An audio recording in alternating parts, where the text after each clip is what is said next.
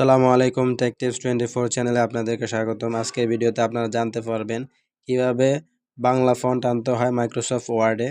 তো প্রথমে আপনাদের যেটা করতে হবে সেটা হচ্ছে আপনাদের একটা সফটওয়্যার ডাউনলোড করে নিতে হবে, বিজয় 52 সফটওয়্যার।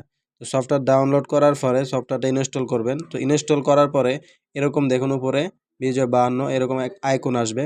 এরকম আইকন আসলে আপনারা যেহেতু বাংলা ফন্ট চান বা বাংলা ফন্ট করতে চান, সেহেতু এখানে আপনাদের 3টা ফন্ট থাকবে। 3টা ফন্ট থেকে এখানে দেখুন একটা ইংলিশ, বিজয় ক্লাসিক এবং ইউনিকোড। যেহেতু আপনাদের বাংলা প্রয়োজন, আপনারা এখানে ইউনিকোড সিলেক্ট করবেন।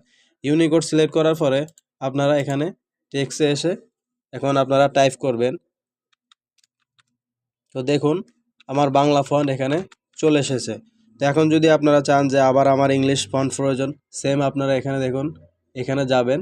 যাওয়ার পরে এখান থেকে আপনারা ইংলিশ সিলেক্ট করবেন। ইংলিশ সিলেক্ট করার পরে এখন আবার আপনারা ইংলিশ টাইপ করবেন।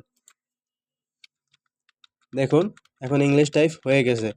তো এভাবে চাইলে আপনারা খুব সহজেই মাইক্রোসফট ওয়ার্ডে বাংলা ফন্ট বা ইংলিশ ফন্ট আনতে পারেন খুব সহজেই। তো ভিডিওটি যদি ভালো লাগে থাকে চ্যানেলটি অবশ্যই সাবস্ক্রাইব করবেন। ধন্যবাদ।